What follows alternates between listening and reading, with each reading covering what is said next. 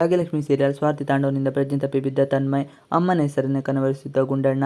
1 ವಾರ ಕಾಲ ಮನೆ ನಿಭಾಯಿಸುತ್ತೇನೆಂದು ತಾಂಡವ್ 2 ದಿನಕ್ಕೆ ಸೋತಿದ್ದಾನೆ. ಆದರೆ ಯಾವುದೇ ಕಾರಣಕ್ಕೂ ಭಾಗ್ಯ ಅಥವಾ ಕುಸುಮ ಮುಂದೆ ಆಗಲೇ ನಾನು ಸೋತಿದ್ದೇನೆ ಎಂದು ಹೇಳಿಕೊಳ್ಳಲು ತಾಂಡವ್ಗೆ ತಯಾರಿಲ್ಲ. ತನ್ನ ಸ್ವಾರ್ಥಕ್ಕಾಗಿ ತಾಂಡವ್ ಮಕ್ಕಳ ಖುಷಿಯನ್ನು ಕಿತ್ತುಕೊಳ್ಳುತ್ತಿದ್ದಾನೆ. ಮಕ್ಕಳನ್ನು ನೋಡಿಕೊಳ್ಳಲು ಶ್ರೇಷ್ಠಳನ್ನು ಕರೆಸಿದ್ದು ತಾಂಡವ್ ಎನ್ನುವ ಸತ್ಯ ಕುಸುಮ ಧರ್ಮರಾಜ್ಗೆ ತಿಳಿಯುತ್ತದೆ. ಯಾವುದೇ ಕಾರಣಕ್ಕೂ ಇನ್ಮುಂದೆ ನಮ್ಮ ಮನೆಯ ವಿಚಾರಣೆಯನ್ನು ತಲೆ ಹಾಕಬಾರದು. ನಿನ್ನ ಮದುವೆ ಫಿಕ್ಸ್ ಆಗಿದೆ. ಆದರೂ ತಾಂಡವ್ ಹಿಂದೆ ಅಲೆದಾಡುತ್ತಿರುವೆ. ಹೀಗೆ ಆದರೆ ನಿನ್ನನ್ನು ಮದುವೆ ಆಗುತ್ತಿರೋ ಹುಡುಗ ತಪ್ಪು ತಿಳಿದುಕೊಳ್ಳುತ್ತಾನೆ. ನೀನು ಒಂದು ಹೆಣ್ಣಾಗಿ ನನ್ನ ಸೊಸೆ ಭಾಗ್ಯಗೆ ಬೆಂಬಲ ನೀಡಬೇಕು. ಆದರೆ ಇವನು ಡೈವರ್ಸ್ ನೀಡುವ ಎನ್ನುತ್ತಿದ್ದಾನೆ. ತಾಂಡವ್ ಬುದ್ಧಿ ಹೇಳುವುದನ್ನು ಬಿಟ್ಟು ಅವನಿಗೆ ಸಪೋರ್ಟ್ ಮಾಡುವುದು ಎಷ್ಟು ಸರಿ ಎಂದು ಕುಸುಮ ಪ್ರಶ್ನಿಸುತ್ತಾಳೆ. ಕುಸುಮ ಮಾತಿಗೆ ಉತ್ತರ ಕೊಡಲಾಗದೆ ಒದ್ದಾಡುವ ಶ್ರೇಷ್ಠ ಅಲ್ಲಿಂದ ಸುಮ್ಮನೆ ಹೋಗುತ್ತಾಳೆ. ಡಿವೋರ್ಸ್ ವಿಚಾರ ಕೇಳಿ ಮಕ್ಕಳಿಗೆ ಶಾಕ್. ಶ್ರೇಷ್ಠ ಅಲ್ಲಿಂದ ಹೊರಡುತ್ತಿದ್ದಂತೆ ಕುಸುಮ ತಾಂಡವನನ್ನು ತರಾಟೆಗೆ ತೆಗೆದುಕೊಳ್ಳುತ್ತಾಳೆ. ಇಷ್ಟು ಚಿಕ್ಕ ವಿಚಾರಕ್ಕೆ ಏಕೆ ಹೀಗೆಲ್ಲ ಮಾತನಾಡುತ್ತಿದ್ದೀಯೆ ಎಂದು ತಾಂಡವ್ ಕೋಪಗೊಳ್ಳುತ್ತಾನೆ. ಯಾವುದೋ ಹುಡುಗಿಯರನ್ನು ಕರೆತಂದು ಭಾಗ್ಯ ಸ್ಥಾನ ತುಂಬಲು ಸಾಧ್ಯವಿಲ್ಲ. ಸಾಧ್ಯವಾದರೆ ಎಲ್ಲ ಕೆಲಸಗಳನ್ನು ನೀನು ಮಾಡು. ಇಲ್ಲವಾದರೆ ಸೋಲು ಒಪ್ಪಿಕೋ. ನನ್ನ ಸೊಸೆ ಮನೆಗೆ ಬರಲೇಬೇಕು. ನಿನ್ನ ಸಂಸಾರ ಉಳಿಯಲೇಬೇಕು.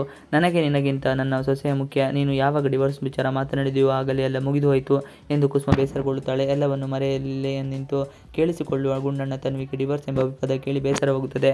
ಹಾಗಿದ್ರೆ ಅಪ್ಪ ಅಮ್ಮನಿಗೆ ಡಿವೋರ್ಸ್ ಕೊಡ್ತಾರಾ? ನಾನು ಅಕ್ಕ ಬೇರೆ ಆಗ್ತೇವೆ. ಇನ್ಮುಂದೆ ನಾವೆಲ್ಲ ಒಟ್ಟಿಗೆ ಇರಲು ಸಾಧ್ಯವಿಲ್ಲವಾ? ನಾನು ಅಮ್ಮನ ಜೊತೆ ಹೋಗುತ್ತೇನೆ ಎನ್ನುತ್ತಾನೆ. ಪದೇ ಪದೇ ನನಗೆ ಅಮ್ಮ ಬೇಕು ಎಂದು ಗುಂಡಣ್ಣ ಹಠ ಮಾಡುತ್ತಾನೆ. ಗುಂಡಣ್ಣನನ್ನು ಸಮಾಧಾನ ಮಾಡಲು ಎಷ್ಟೇ ಪ್ರಯತ್ನಿಸಿದರೂ ಆಗುವುದಿಲ್ಲ. ಸರಿ, ಹಾಗಾದರೆ ನಾವೆಲ್ಲರೂ ಬೇರೆ ಆಗುವುದಿಲ್ಲ, ಒಟ್ಟಿಗೆ ಇರುತ್ತೇವೆ ಎಂದು ಪ್ರಾಮಿಸ್ ಮಾಡಿ ಎಂದು ಗುಂಡಣ್ಣ ಕೇಳುತ್ತಾನೆ. ಇಷ್ಟವಿಲ್ಲದರೂ ತಾಂಡವ್ ಭಾಷೆ ಕೊಡುತ್ತಾನೆ. ಅಮ್ಮನನ್ನು ಈಗಲೇ ಇಲ್ಲಿಗೆ ಕರೆಸಿ ಎಂದು ಮತ್ತೆ ಹಠ ಮಾಡಲು ಶುರು ಮಾಡುತ್ತಾನೆ. ಆಗುವುದಿಲ್ಲ ಎಂದು ತಾಂಡವ್ ಹೇಳಿದಾಗ ಕೋಪಗೊಳ್ಳುವ ತನ್ಮಯ್ ನಾನೇ ಅಮ್ಮನ ಬಳಿ ಹೋಗುತ್ತೇನೆ ಎಂದು ಅಲ್ಲಿಂದ ಓಡಿ ಹೋಗುತ್ತಾನೆ. ಪ್ರಜ್ಞೆ ತಪ್ಪುವ ಗುಂಡಣ್ಣ ತನ್ಮಯ್ನನ್ನು ಹೆದರಿಸಲು ತಾಂಡವ್ ಹೊಡೆಯಲು ಪ್ರಯತ್ನಿಸುತ್ತಾರೆ. ಆಗ ಗುಂಡಣ್ಣ ಭಯದಿಂದ ಪ್ರಜ್ಞೆ ತಪ್ಪುತ್ತಾನೆ. ರಿಸಲ್ಟ್ನಲ್ಲಿ ಡಾಕ್ಟರ್ ಗುಂಡಣ್ಣನಿಗೆ ಚಿಕಿತ್ಸೆ ನೀಡುತ್ತಾರೆ. ಪ್ರಜ್ಞೆ ಬಂದಾಗ ತನ್ಮಯ್ ಅಮ್ಮ ಅಮ್ಮ ಎಂದು ಕನವರಿಸುತ್ತಿದ್ದಾನೆ.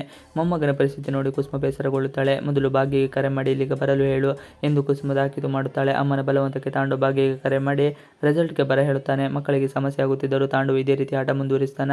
ತನ್ಮಯ್ ಅಮ್ಮನ ಜೊತೆ ಹೋಗ್ತಾನ ಅನ್ನೋದು ಮುಂದಿನ ಎಪಿಸೋಡ್ನಲ್ಲಿ ತಿಳಿಯಲಿದೆ. ಇಷ್ಟು ಇವತ್ತಿನ ವಿಡಿಯೋ. ಈ ವಿಡಿಯೋ ಇಷ್ಟ ಆದರೆ ಪ್ಲೀಸ್ ಲೈಕ್, ಶೇರ್, ಸಬ್ಸ್ಕ್ರೈಬ್ ಮಾಡಿ. Thanks for watching video.